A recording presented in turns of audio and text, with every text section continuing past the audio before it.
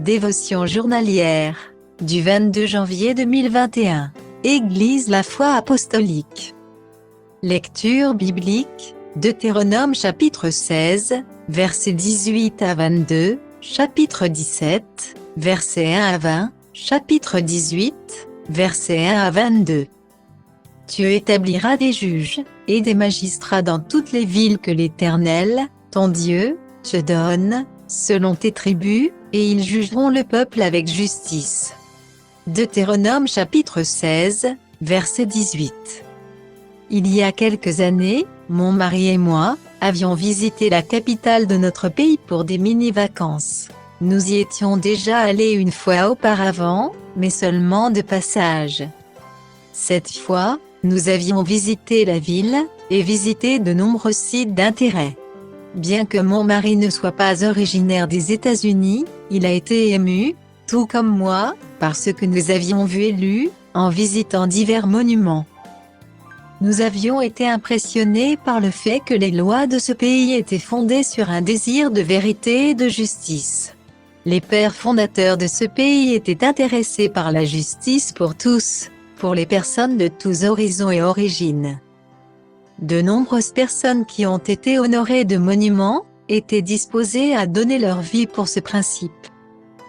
Des inscriptions sur les grands murs racontaient leur engagement envers un système de gouvernement, où les citoyens pouvaient faire confiance à ceux qui occupaient des postes d'autorité. Ces principes importants sont similaires à ceux que Dieu a donnés aux enfants d'Israël, lorsqu'ils prenaient possession de la terre promise. Il leur a demandé de nommer des chefs spirituels qui guideraient les tribus avec justice et sagesse de Dieu. Comment cela s'applique-t-il à nous aujourd'hui? Nous avons la responsabilité de voter, et de faire un effort pour nommer des dirigeants, qui suivent les directives importantes que Dieu a dites. Quand vient le temps de voter pour les fonctionnaires, nous ne devons pas simplement supposer que notre vote ne compte pas. Nous devons voter pour soutenir ce qui est bon, juste et agréable aux yeux de Dieu. Par-dessus tout, nous devons prier pour nos dirigeants. Contexte. Dieu voulait qu'Israël ait une structure de direction pieuse, et il leur a donné des instructions sur la façon d'accomplir cela dans leur région.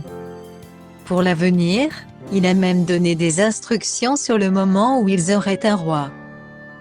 Ce n'était pas parce que Dieu voulait qu'ils aient un roi, mais parce qu'il connaît l'avenir, il savait qu'ils chercheraient un jour à avoir un roi. Par conséquent, Dieu a établi des lignes directrices pour choisir un roi, et aussi pour la conduite du roi après son intronisation. Les Lévites et les sacrificateurs avaient des responsabilités civiques et religieuses, parmi le peuple. Les devoirs religieux étaient similaires aux responsabilités que nos ministres ont aujourd'hui, enseigner la parole de Dieu aux enfants d'Israël, mener une vie exemplaire, prendre soin du temple physique et des employés, et distribuer des offrandes. Leurs responsabilités civiques surviennent, lorsque des questions trop difficiles à régler, par les dirigeants régionaux sont posées. Dieu voulait qu'Israël n'adore que lui.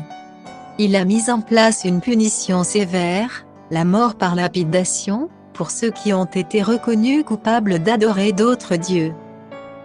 Il a strictement interdit les types de cultes pratiqués par les nations païennes, vivant près des enfants d'Israël. Ceux-ci comprenaient le rituel du sacrifice des enfants et de la sorcellerie. Les sorciers, observateurs des temps, les sorcières, les médiums, consultants des esprits familiers, ou ceux qui invoquent les morts, les nécromanciens, ne devraient pas se trouver parmi le peuple israélite. Dieu déteste alors l'occultisme, et il continue de le détester aujourd'hui. Au chapitre 18, verset 15, par l'intermédiaire de Moïse, Dieu a donné une prophétie profonde qui indiquait Jésus-Christ.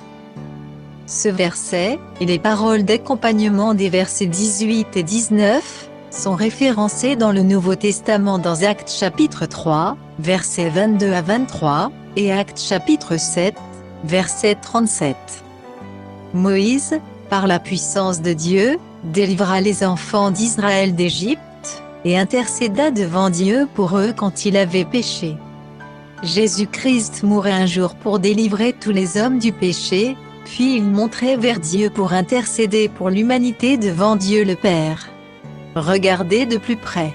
Qu'est-ce que la tribu de Lévi a été choisie pour faire?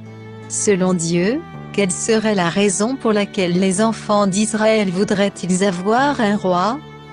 Quelle comparaison pouvez-vous faire entre notre société d'aujourd'hui et les enfants d'Israël à cet égard?